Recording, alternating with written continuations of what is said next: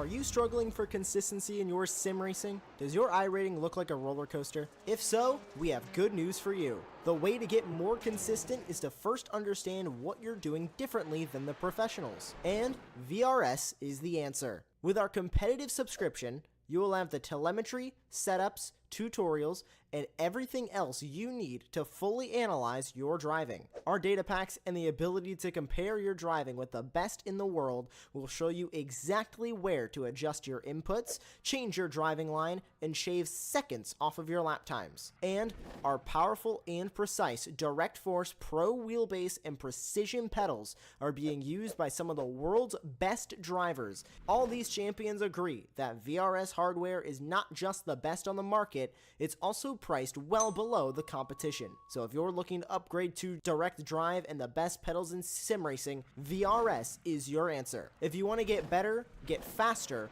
and make it happen sooner rather than later, you owe it to yourself to find out why so many people are switching to VRS. You'll be so glad that you did. Visit www.virtualracingschool.com and learn why the best use VRS.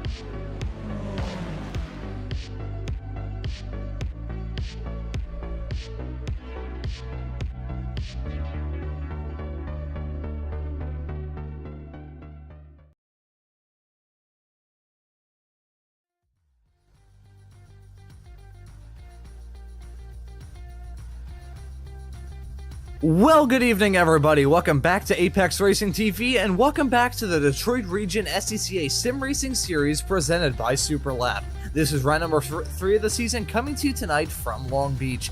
My name is Ron Mullins. Alongside me in the commentary booth is Charles Bichelle, and in the virtual production hall we have our old buddy Joshua Wilkie.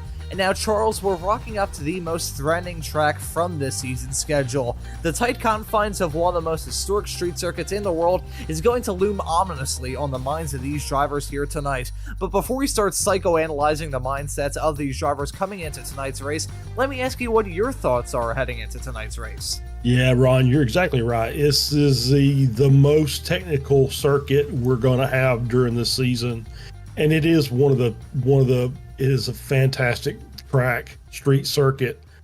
But yeah, it's extremely difficult. Even with the small cars that the F4 have, it's really tight all the way around the track. So passing is going to be at a premium. Qualifying needs to be really good, which we'll go over the qualifying results here in a few minutes. And so yeah, it's all about, being patient and knowing where the passes can be made, and then just being very precise everywhere else.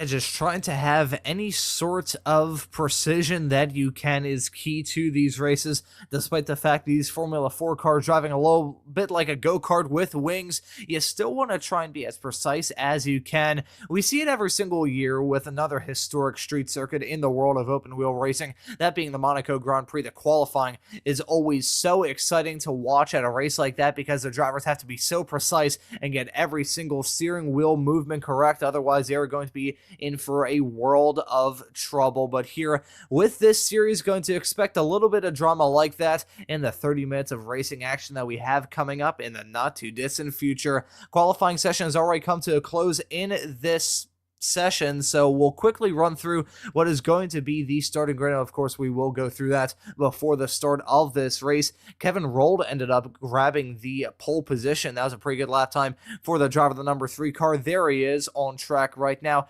currently heading his way through turn number 8, one of the most important corners on this lap, but more about that in a little bit. So Rold going to be starting this race from the pole. Ryan Golf going to join him on the front row. And in terms of the Superlap competitors, we actually have some names for these drivers. Aiden in the number 7 Superlap entry, which we believe in the past thus far this season has been judged as the Superlap 3 entry, but Aiden putting in a pretty good lap time, being the highest qualifying of the Superlap cars as a 1-minute 21.712. So that was his qualifying time earlier on.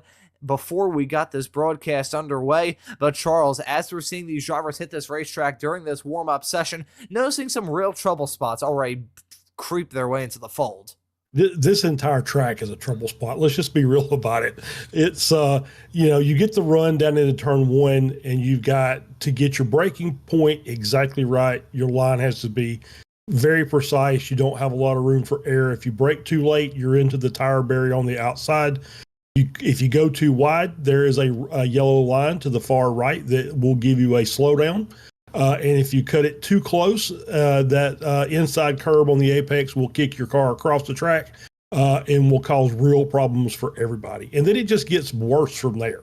So then you've got the tight fountain section of turns 2 and 3, and then you've got a couple of 3 right-handers going through 3 and 4. One of those is kind of an off-camber, quirky little thing with some little diamond curbs on the inside. And then you've got the long run down the back straight into a hard right-hander, hard braking point. Then you'll roll around to the hairpin, which is, when you talk about being precise, if you go too deep into that, you're into the outside wall. If you cut too tight, you're into the inside wall. If you give it too much throttle on the exit, you're into the outside wall. So there's really little room to no room for error.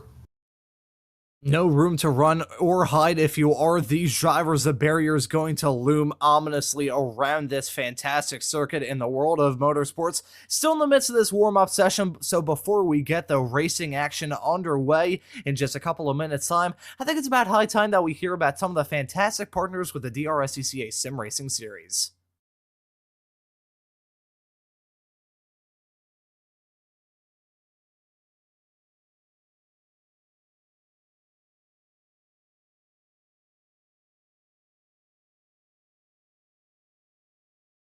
Coverage of the DRSCCA Sim Racing Series on Apex Racing TV is brought to you by the DRSCCA. The Detroit Region Sports Car Club of America, aka the DRSCCA, has been providing motorsports events since 1948. With over 1,400 members, there is no shortage of knowledge, history, and trailblazing ideas like this sim racing league. Thank you to all the participants and spectators for being a part of the augmentation and evolution of the region. The DRSCCA, of course, goes far beyond the virtual realm. In 2024, the region is hosting over 40 events over 60 days that can get you both behind the wheel or so close to it that it'll blow your hair back. The gamut of behind the wheel events includes road racing, road rally, rallycross, autocross, and a competition school. Support for the Detroit Grand Prix, Formula SAE programs, and Street Survival are also amazing opportunities to help sculpt future and professional drivers. Check out DRSCCA.org for more information. Additionally, we would like to thank Waterford Hills Road Racing, Metro Detroit's only permanent sanctioned road course. Waterford Hills, located in Clarkston, Michigan, hosts a 6-weekend race series, competition driving school, and 9 public open track days. The track is hot from 10 a.m. to 6 p.m. on these event days and is open to the public. A nominal $5 entry fee is all it takes for you to get close to the action. Check out waterfordhills.com for more details. An additional thank you goes to the Michigan Turn Marshals for their support as well. If you'd like to get close to the action, be sure to check out michiganturnmarshals.org. They can train you to support races like the 2025 Detroit Grand Prix. And last but certainly not least, we would like to thank the supporting partner of the DRSCCA series, that being Superlap. Located on the world-renowned Woodward Avenue in Berkeley, Michigan, Superlap is a sim drive studio, a space to meet and compete. With professional-grade racing simulators, they are a premier racing and driving experience venue. They will help you achieve your motorsports goals with education, practice, and training. If you're a race fan, you may be familiar with Formula One. Well, interestingly enough, the reigning 3-time Formula One world champion is a pretty big proponent of sim racing. If Max Verstappen uses a sim, shouldn't you? You can race and practice against an AI roster, go head-to-head with other humans, or both for that matter. They also offer league play like the DRSCCA League. Go to superlap.world for details. Thank you to who make this series and these broadcasts possible, and now on with tonight's action. Ready to get things up and rolling from the third race of this season. The drivers are lining up on this provisional grid, about to get this pace lap underway. I'll get that starting grid loaded up for you in just a couple of moments' time. It's going to be Kevin Rold in that number 3 car starting this race from the pole. Ryan Goff going to join him on the front row. Aaron Reuter going to be starting this race in 3rd. Dominic Batts going to start alongside in 4th. Michael Schmidt going to be starting in 5th. Sean Gaynor going to round out that 3rd row. Then we have Aiden in the Superlap number 7 car, going to be starting fittingly in 7th. Trenton McMillan going to be starting in 8th. Jake R in the number 4 Superlap entry, going to be starting this race in 9th. Andrew Gross going to round out your top 10. Then starting this race in 11th is going to be Eugene Clark. Lincoln Olson going to be starting in P12.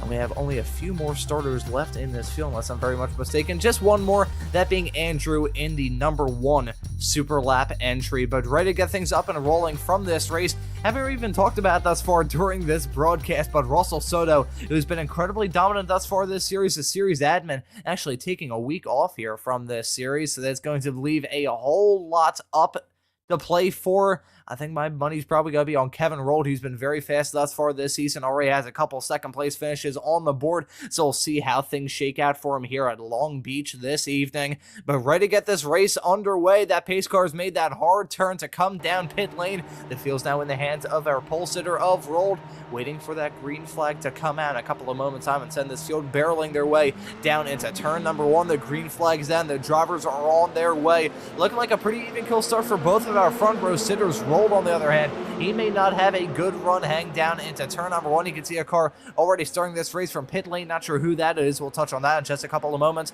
But Rold actually defying what I just said and having a pretty good head of speed hang down into turn number 1. He is going to continue to lead this race over Ryan Goff and Aaron Reuter, riding out your top 3. Some drivers already making some moves, and Trent McMillan was the one that we saw trundling down pit lane at the very beginning of this race. But some drivers already making up some moves, mainly Lincoln Olson has already made up 4 positions running in 8th.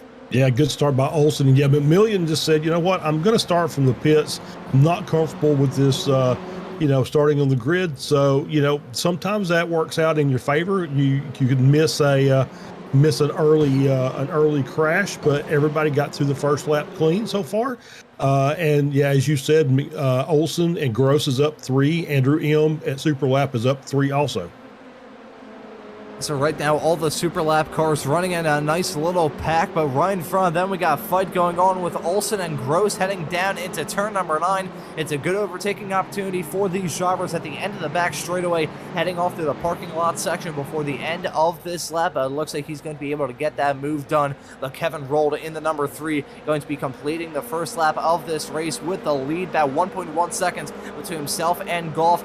Reuter may be running into some difficulties. He's just briefly blinking out of existence, or is there some sort of major connection issue for Aaron Reuter? Looks like he's popped back into existence, so no harm, no foul done for him. He slid his way back up into 3rd, so the driver number 27 car running into some brief connection issues. The driver running into some major issues, though, is Gross, and I believe the number 1 Superlap entry, as both of those cars have careened their way down the running order, now running in 11th and 12th respectively. There you can see the one car a little bit slow heading through the first sector. That car does not look like it's handling too well, looks very, very jolty, so maybe a little bit of damage on that race car. Gonna hopefully find a replay to see what may have happened. There's Andrew Gross in the number 69 entry. He's running 11th at this point in time.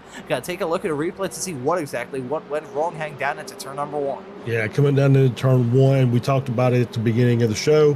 As we see here, looks like we saw, just too hot on the gas and a spin. Kind of nudges his way into the inside, to the wall on the left side, and trying to get adjusted, getting the car righted. Nice avoidance by the 2 cars that came through. Looked like I saw another car that was maybe off on the side at the kind of the escape route there at turn 1. So let's see who that was. And I think Lincoln Olson may have just had a moment, along with the Superlap 7 entry that has come down into the pits. So an interesting call to come down pit lane. I say interesting. Don't usually see pit stops in this series, so I think there's some damage for Aiden R in the Superlap 7 entry. Not sure what happened here, however. This car has been pretty fast all season long. We believe it has been Aiden behind the wheel of this Superlap 7, previously called the Superlap 3 entry.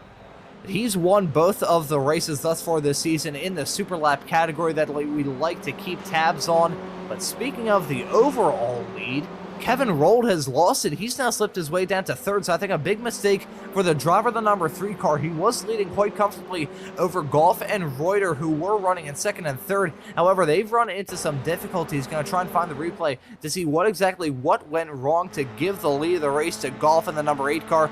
Riding on board with him, you can see Rold a little bit farther up the road. Looks like he's just going to have a plain old overshoot hang down into turn number 1 and near disaster. Oh, and big contact a little bit farther in the back. Not sure who that was spinning.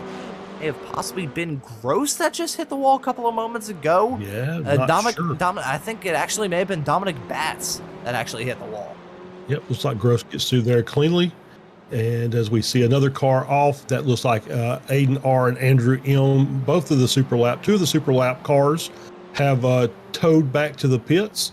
And so we'll see if they can get in there, get their quick repair done, and see if they get back out and run some more laps. We'll see. It's a very difficult course, so I would not it would not shock me if they just said, you know what, we're going to try this again next week.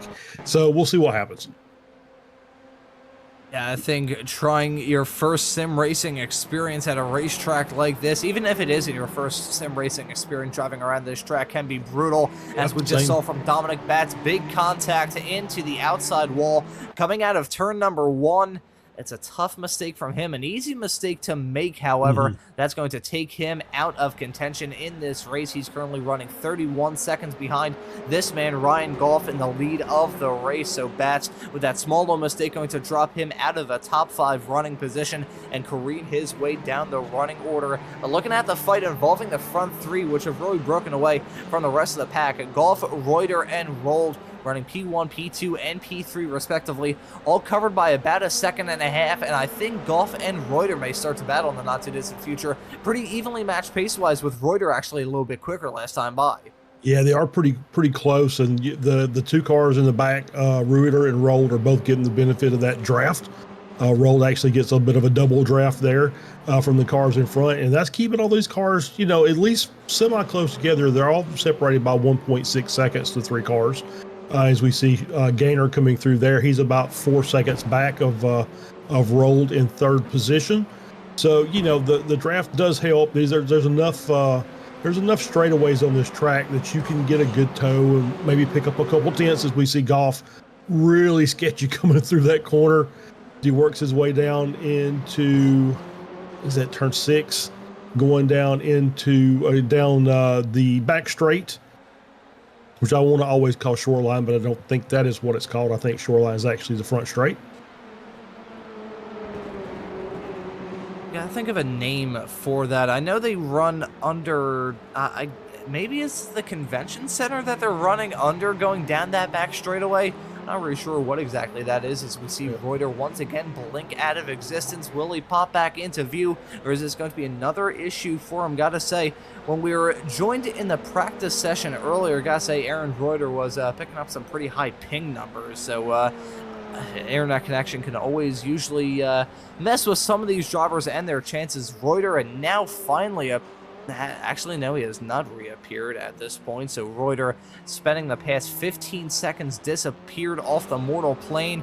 He's still dropping down, though. I don't believe he's disconnected from the session. I think his internet is just not very ideal at all, so that could be the reason why he is still marked as not running at the moment. Still not marked as that, though, so at this point in time, I'm starting to think this may be a permanent disconnect from our perspective for Reuter, which would turn this front 3 fight into a front 2 fight involving Goff and Rold at this point. They're covered by about 7/10 of a second, heading their way down the back straightaway at this point, looking like some battling going on involving Clark and the Superlap 4 entry a little bit farther down the running order, with the Superlap 4 car possibly losing out on a little bit of time. Reuter has still not reappeared. It's been a lap now since he appeared to just disappear entirely from the racetrack, and he's disconnected from the session. So that is a permanent issue for Orange Reuter. A tough break for him because he was running in a very solid position. However, things not going to work out as his internet to blame. Yeah, and you know, the sim racers in us, you know, when we talk about these internet issues and, you know, wheel issues and things like that, it's essentially the same thing that a race car driver would have if they had a $2 part that broke on the car and just caused them to have to retire it. So, you know, things like that happen sometimes. You have a failure, unfortunate, and it stinks when it happens to you. But then you just have to go back and say, well, I was having a good race, and so we'll try again next week, and maybe I'll have a better connection, and we'll see if we can get a win out of it. So, you know, it's just one of those things that happens, and you just kind of have to kind of roll with it and move on to the next race. Yeah, it's tough when stuff like that happens, but thankfully we've got 6 races for this season, 3 more to go when everything is said and done tonight for him to try and turn his season around. Got to be taking next week off, then we're going to be rounding this season to a close with races at Watkins Glen, Circuit of the Americas, and Lime Rock Park on November the 21st here for 2024. Looking at this point, the field spread out quite a lot. Looking at Eugene Clark running a little bit farther up the road from Trent McMillan in the number 6. However, McMillan at this point starting to feel a little bit of pressure from the Superlap 4 car right behind. There's Jake R in that Superlap 4 entry, currently running 8th as it stands at the moment. And maybe making his way up to 7th as McMillan with a big lockup heading down the back straightaway off into turn number 9. That's such an important braking zone around this racetrack, and it looks like the Superlap 4 gonna try and get that move done. Mega sideways coming out of the corner from McMillan. They're gonna be side by side going on to the start finish straightaway, nearly coming to blows in all sorts of different ways in the past 15 seconds. Well, it looks like the Superlap 4 car gonna try and pull ahead. They're still covered by barely any air, nearly making contact heading through the long meandering right-hander down the start finish straightaway. Now the last late breakers heading down into turn 1. Now it looks like the Superlap 4 going to get that move done on Trent McMillan to slip their way up into 7th.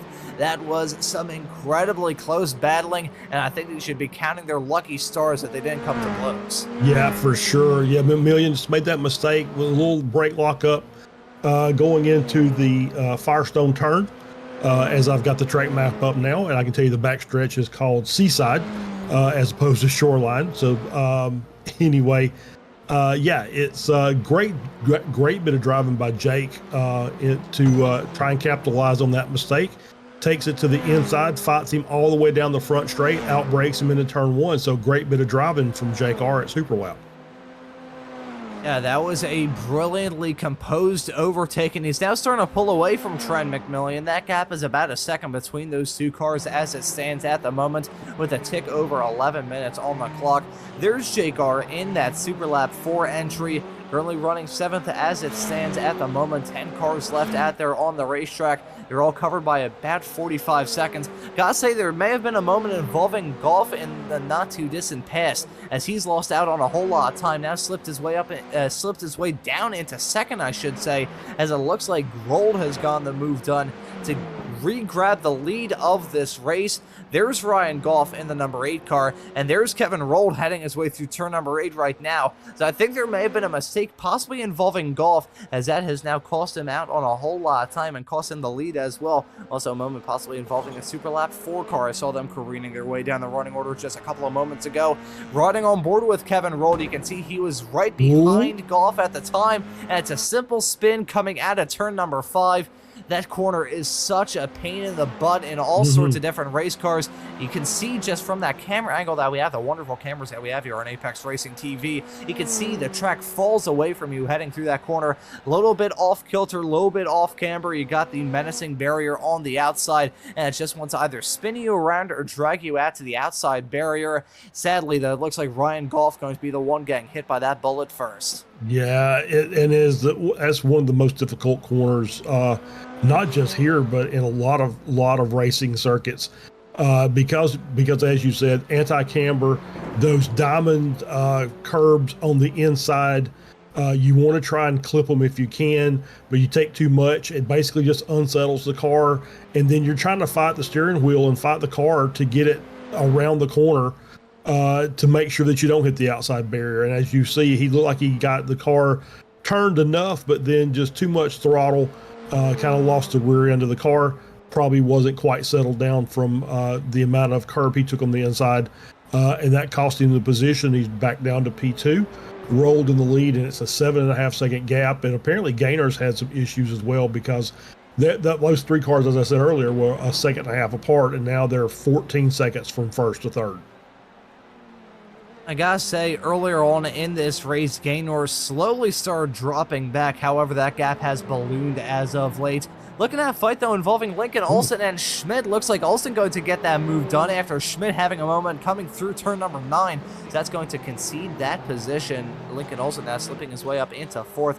I believe Olsen at this point is the hard charger from this race, up 8 spots from where he started. At this point in time, still have a little bit more position that he would be able to gain, slowly approaching that halfway mark of this race, and last time by was nearly 2 seconds quicker than Sean Gaynor a little bit farther up the road. So as much as it may be a big gap to try and overcome if you're Lincoln Olsen, I certainly wouldn't rule out him pulling off a move on Sean Gaynor between now and the end of this race, as we can see big amount of damage on the Superlap 4 car. That car is ready for the scrap heap. The left rear tire broken off. Actually, that's a right rear tire. You can tell I was always great with directional stuff whenever I was giving directions to my dad in the car, but you can see the rear wing missing off that car as well. He's gone out of it, so it looks like that is going to be game, set, match for him with a whole lot of damage on that race car. Gonna try and find the replay to see what exactly happened to Jake R. Oh, and you can see contact with himself and Dominic Batts. So he had already lost it coming out of turn number 1. You can see that rear wing was missing. Possibly even more contact may have been the reason why that right rear tire broke off for Jake R in the Superlap 4 entry. Take a look at a replay. There you can see him spinning coming out of the corner. Doesn't hold the brakes, tries to get it spun around, pulling off a pseudo J-turn, and tries to get a turn around, and Batts was the one that hit him. Trying to look to see. No, that didn't. It definitely broke his suspension for sure. However, it didn't rip the wheel off, so I think there may have been some more extracurricular incidents that took Jake R completely out of contention in this race. That's going to be 2 of the 3 Superlap cars out of it. I'll be riding on board with Dominic Batts and his perspective, the number 12. There you can see him. Wrong place, wrong time with that car, being a little bit indecisive on where to go. Yeah, and that's the thing about when you have a spin like that. He did damage the car when he hit the wall, and then tried to get the car righted in the proper direction. Obviously, the suspension damage was going to make that difficult, which obviously he might not have known at the time. And then just Batts nowhere to go coming through turn 1 and trying to pick up the pace to get back up to speed for the fountain section, and just there's a car in the way, as we saw another car in the background of that spot there. That's Lincoln Olsen. Not sure if he touched the wall or not, but he was definitely offline, and he's got a little bit of wing damage on the front. Oh, that definitely was a hit into the inside wall there at turn 6. Just terrible. This car was looking rough. I did check the session. He's got suspension damage. He's having trouble just keeping that car straight. He's pinballing it down around the track now. Right front's not turning or barely turning. So obviously right front suspension damage. Yeah, that's going to be tough. Oh, I'm not sure if he made it or not. I think maybe he did, but he's going to have to take it to the pits.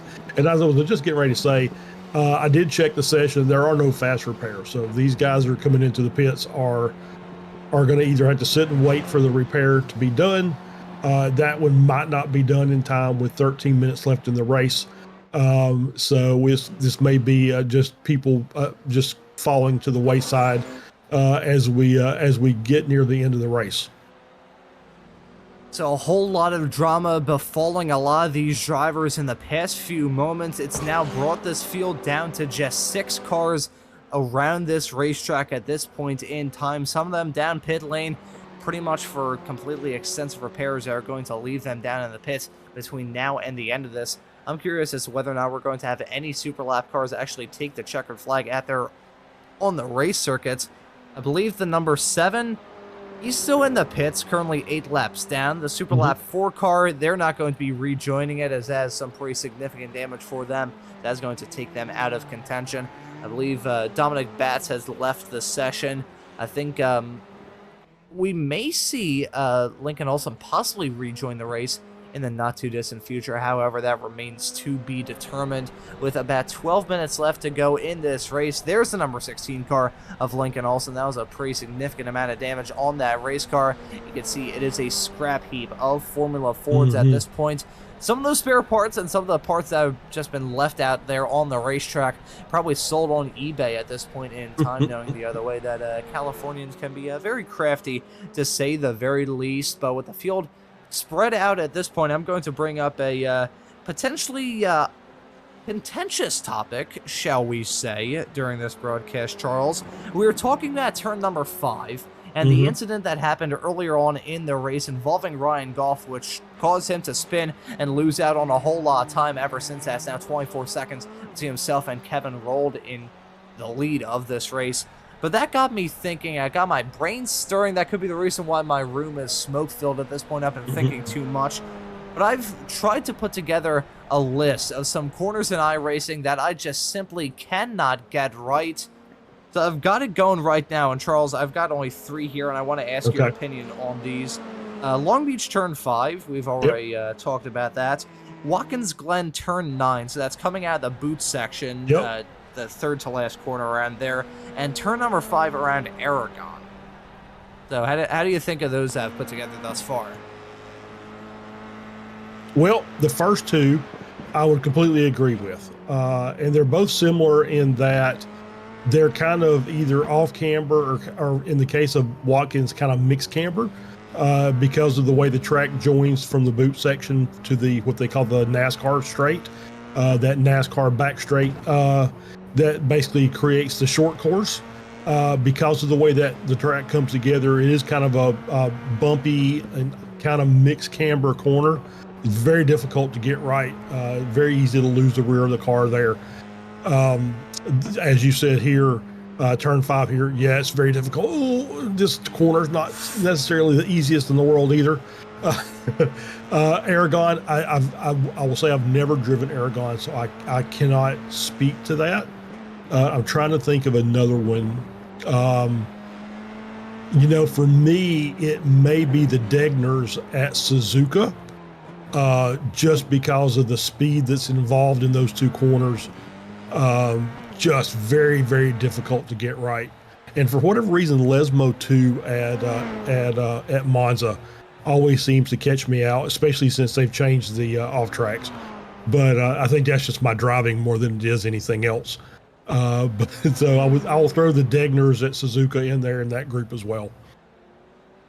So we're going to have a pretty good list here when everything is said and done. These post-it notes coming in handy during this broadcast. So we got currently Long Beach Turn 5, Watkins Glen Turn 9, Aragon Turn 5, and honestly, Charles, I think that may be a blessing in disguise that you've never driven around that racetrack.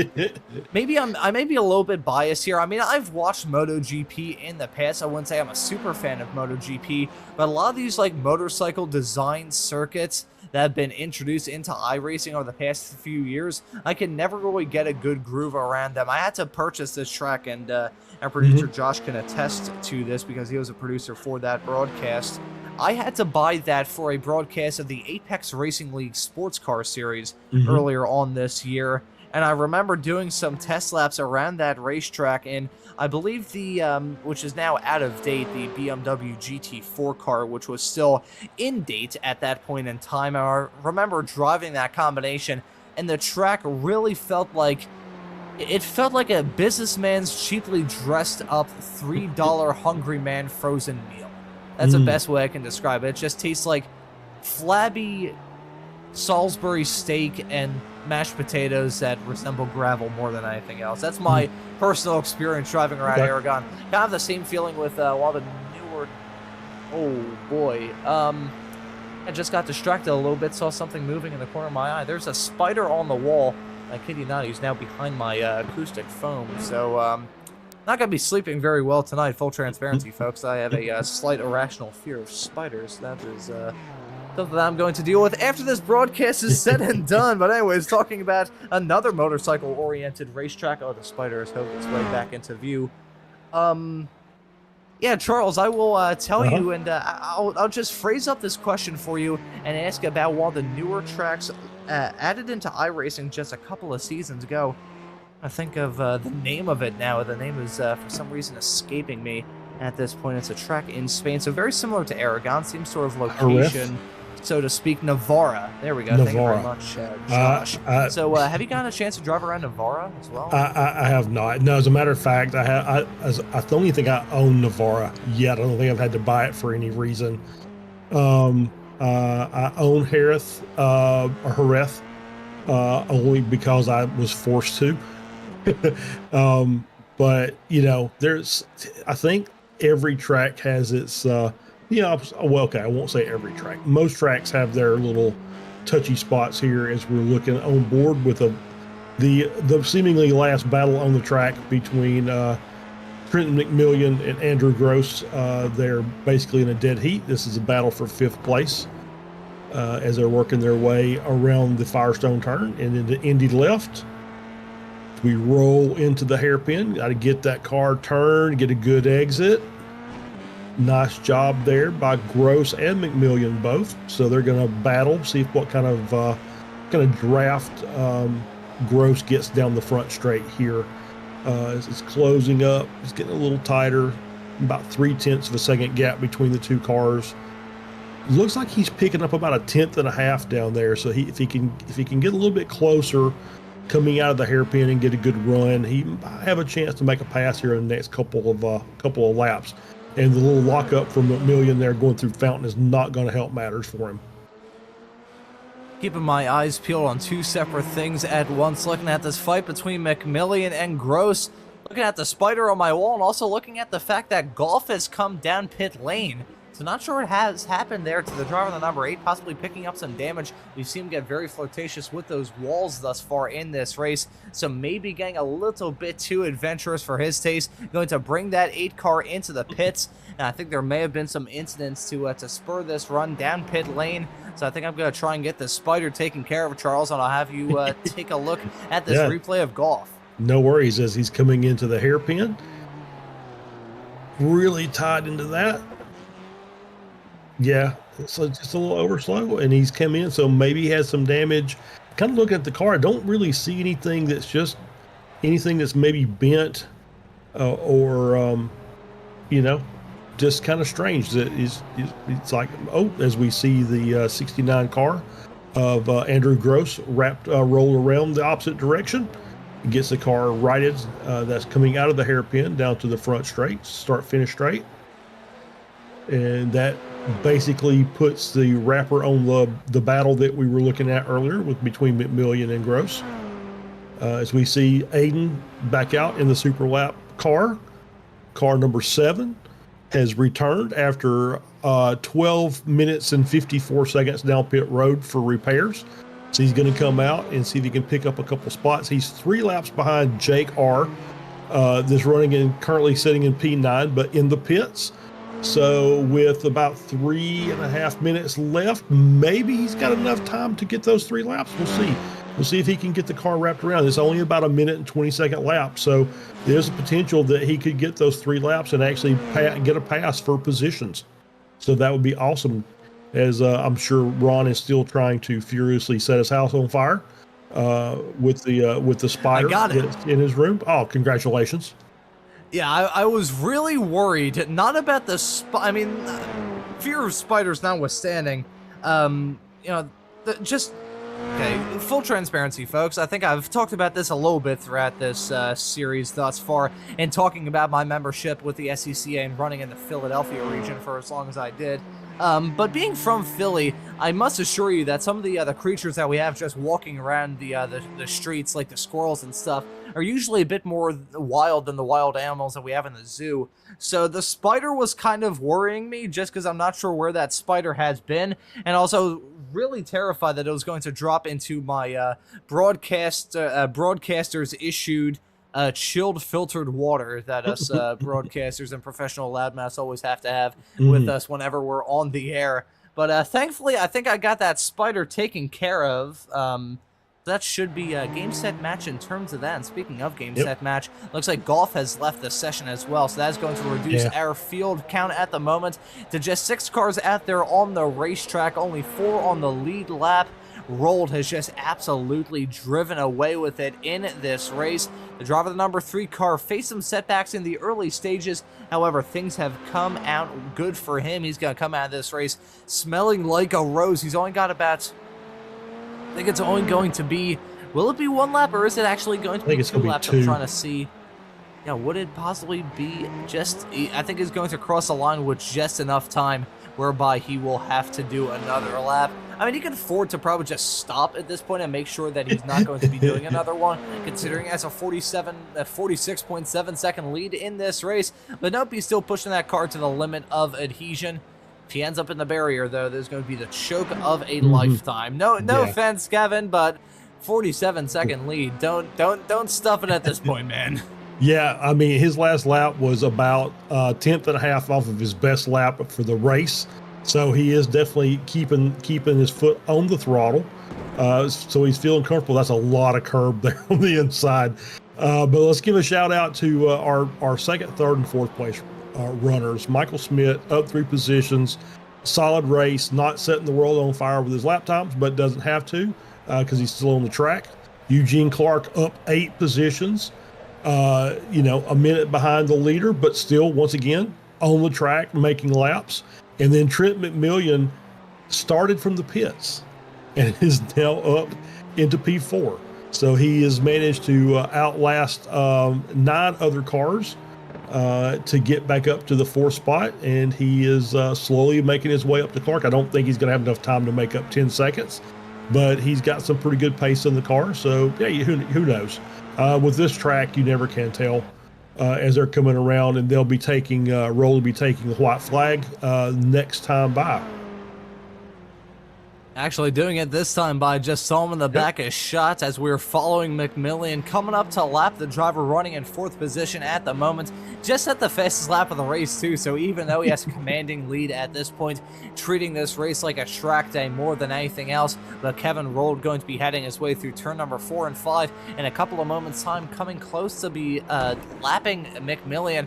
And right as I say that, speaking of an overtake, looks like the Superlap 7 car going to get that move done in front of the 4. So that's going to continue what we used to call the Superlap 3 entry and their streak of winning in this series. So that'll be a pretty well done result for them. Just showing a little bit of tenacity. Speaking of showing a little bit of tenacity, looks like Trent McMillian not really yielding that position to Kevin Rold.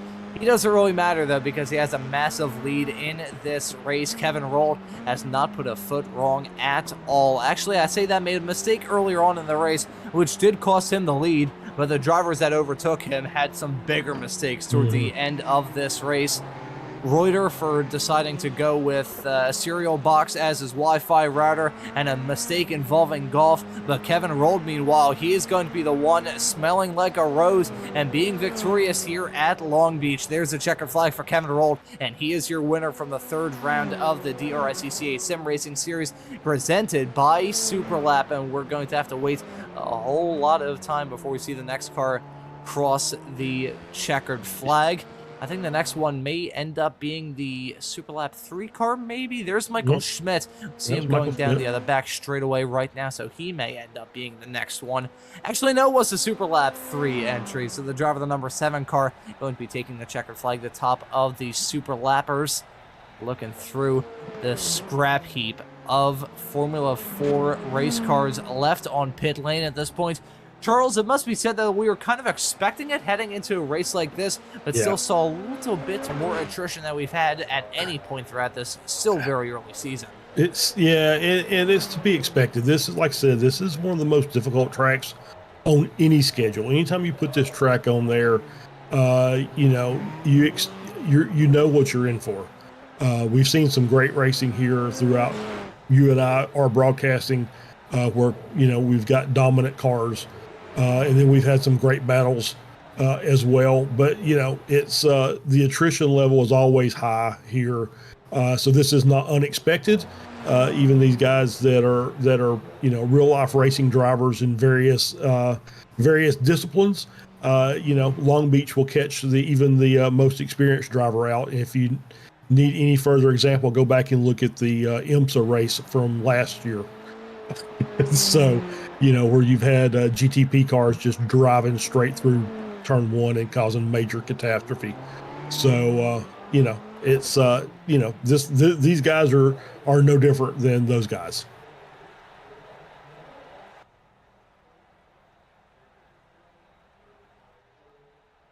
And as we are waiting for the rest of the drivers to finish up, looks like everybody is completed, and we will get our final results. That we certainly will. Sorry if I kind of left you hanging there, Charles. That's okay. Had to grab the rag that I used to valiantly slay that spider, which was probably the size of like a half penny. But still, anyway, so we'll move on from that.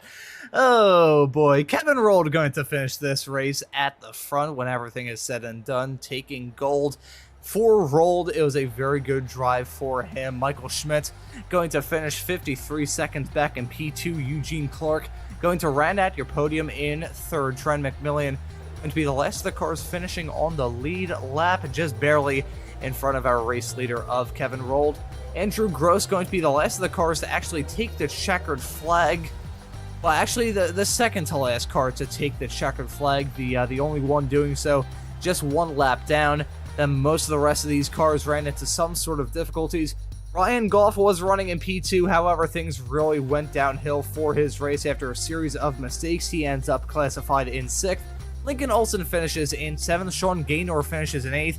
And it looks like it's going to be the Superlap 7 car being driven by Aiden R going to be victorious in the Superlap. Ooh boy, the Superlap category. Not sure what in the world happened to my voice there a couple of moments ago. Just sound like a chain-smoking 40-year-old cook at a Waffle House a couple of moments ago. Jake R going to finish right behind in the 10th position. Dominic Batts finishes this race in 11th.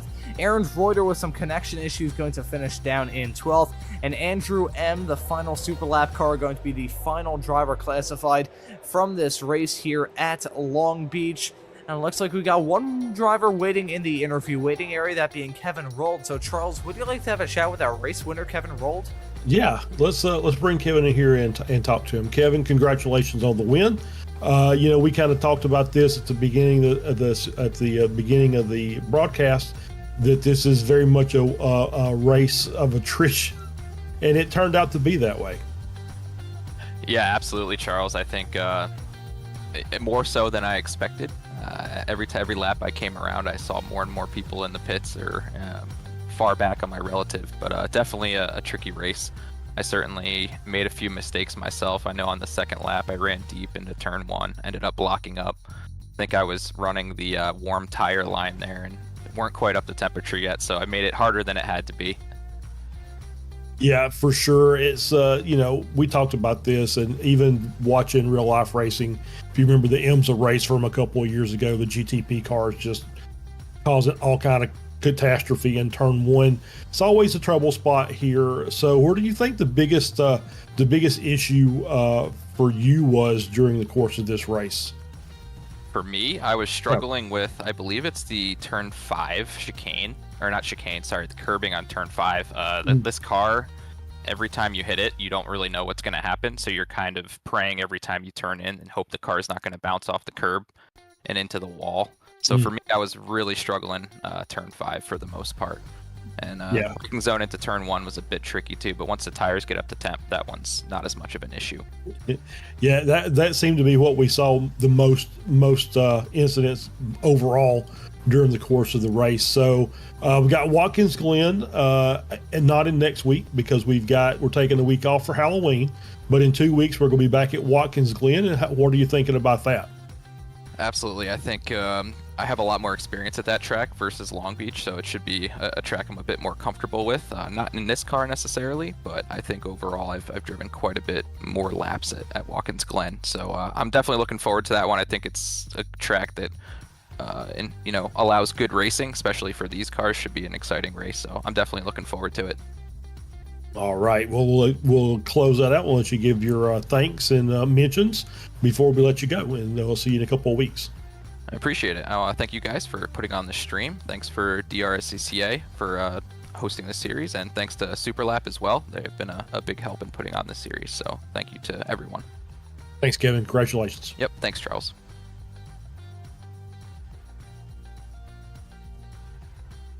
And that right there was Kevin Rold, who ends up winning it when everything is said and done here at Long Beach. Got another driver waiting in the interview waiting area, going to drag him in for a quick little chat. That being Trent McMillan, who is now joining us in the commentary booth, is a hard charger from this race, I believe, making up a whole lot of spots. Now, Trenton started this race from pit lane, end up finishing it in 4th. Talk us through a very hectic night of racing action here at Long Beach. Yeah, I decided to start from pit lane. I felt like I was a little bit off pace, and I wanted to just get my bearings underneath me without having to be in too much traffic. And then my goal at Long Beach is just to stay alive. I got this track right before the practice started, so wanted to stay alive and keep the car in one piece, which I managed to get it to the finish line and kind of track some people down after I got my sea legs under me. So. Yeah, so you bring up a very interesting point, the fact you had just bought this track a matter of mere minutes before this racing action kicked off from this round of the championship. So it's fair to say that you had basically no experience coming into this race. So how difficult was it just trying to get your sea legs under you around a racetrack like this? Oh, it's so bumpy. It's a really tough track, particularly the hard right-hander there to two right-handers past the fountain, where it's off camber coming under that stoplight. I was really struggling with that throughout the whole practice event. So I just kind of dialed it back. Had to stay patient. Stayed at my 7, 8 tenths level, where I normally like to race a little bit above that. But with a street circuit, just kind of had to take it into how you would with like an autocross or something. You just have to dial it back and make sure you're consistent. Well, as an autocrosser myself from the Philly region, I can definitely agree with that language, having to try and learn a racetrack in the span of just a couple of runs, especially here in the Philly region. My oh my, we've got some very bumpy tracks out here, but thankfully for you drivers in this series, going to be running at a bit more of a known quantity, that being Watkins Glen in 2 weeks' time after we take a 1-week break for Halloween. So how do you think that race is going to be for you? Oh, Watkins Glen's my favorite track by far. So I've run there a few times in real life. I absolutely adore that track. So expect to see me up there for sure. Oh, we're going to expect to see you out there on the racetrack, calling your shot here 2 weeks in advance. We'll have to wait and see how things shake out for you there. But Trent, before we let you go and celebrate a well-driven race here at Long Beach, is there anyone you want to give a thanks to or shout out? Always a big thanks to my parents who watch these races. My fiance, she's always supportive of my time here in the sim, and a big shout out to my race team, Legitimate Racing, for everything we do to support each other through our endurance events and Champ Car and Lemons. So. Alrighty, there you go, man. It was a pretty well-executed drive from you. Congratulations on a well-earned result, and excited to see you back out on the racetrack for the rest of the season, man. Thanks for joining us. Yeah, see you guys back here at Watkins Glen. And that right there was Trenton McMillan, who ends up finishing this race in 4th. It was a hard-fought show for him from start to finish, but still pretty good result, especially considering that he started the race down in pit lane. And Charles, I think because of time constraints, I don't believe we'll have time for any more interviews during this broadcast, but gonna be taking a 1-week break for Halloween. I'm gonna be looking forward to that break. It's always, I don't know about you, but around here, Halloween is always where the neighborhood really lights on fire, metaphorically speaking, of course. But, oh boy. But around here, that's usually also when I get to do the most amount of socialization with the neighbors that I ever do. But after that 1-week break, I'll be rounding the season off with races at the Glen, Circuit of the Americas, and Lime Rock Park. So I'm going to ask you a somewhat loaded question before we wrap things up here tonight. What track is the one that you're looking forward to the most out of the final 3? Well, I would say Watkins. I love Watkins as well. I think we're going to get our best racing there, just because I think it is one of the most used tracks in iracing. Is virtually in every series whether that's open wheel, single makes, or multi-class racing. It's on the schedule in multiple series every season. But I think the one I'm most interested in is Lime Rock, because I think we're going to get some really great battles there, just because of the nature of the track. It's a little bit tighter, it's a little bit shorter, and these guys are going to have to be not as precise as they were here, but they're still have to be pretty precise on their lines. And I think there's room for some really great overtakes. So I think I'm looking forward to Lime Rock the most. I think that's probably going to be the best racing that we're going to see.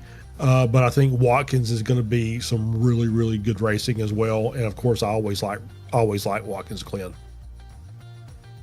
I gotta say, I'm with you. Honestly, Watkins Glen puts on some pretty good races, even in some Formula cars, and Lime Rock, that is going to be a pretty good fit. I'm pretty sure the Skip Barber Racing School usually runs Formula 4 machinery around there, so that's gonna be a pretty good show in just a couple of weeks here on Apex Racing TV, 5 weeks to be precise, until the series rocks up to Lime Rock for the season finale. It's going to be 2 weeks until this series returns here to Apex Racing TV, with the off week that we're taking next week, but gonna round this season to a close with 3 fantastic races, and if it's anything like the first 3, the final 3 are going to be a fun night of racing action.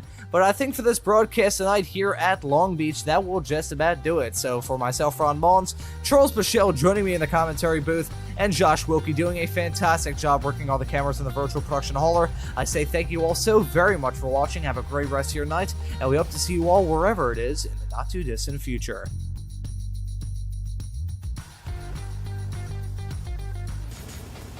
Are you struggling for consistency in your sim racing? Does your iRating look like a roller coaster? If so, we have good news for you. The way to get more consistent is to first understand what you're doing differently than the professionals. And VRS is the answer. With our competitive subscription, you will have the telemetry, setups, tutorials, and everything else you need to fully analyze your driving. Our data packs and the ability to compare your driving with the best in the world will show you exactly where to adjust your inputs, change your driving line, and shave seconds off of your lap times. And our powerful and precise Direct Force Pro wheelbase and precision pedals are being used by some of the world's best drivers. All these champions agree that VRS hardware is not just the best on the market, it's also priced well below the competition. So if you're looking to upgrade to direct drive and the best pedals in sim racing, VRS is your answer. If you want to get better, get faster,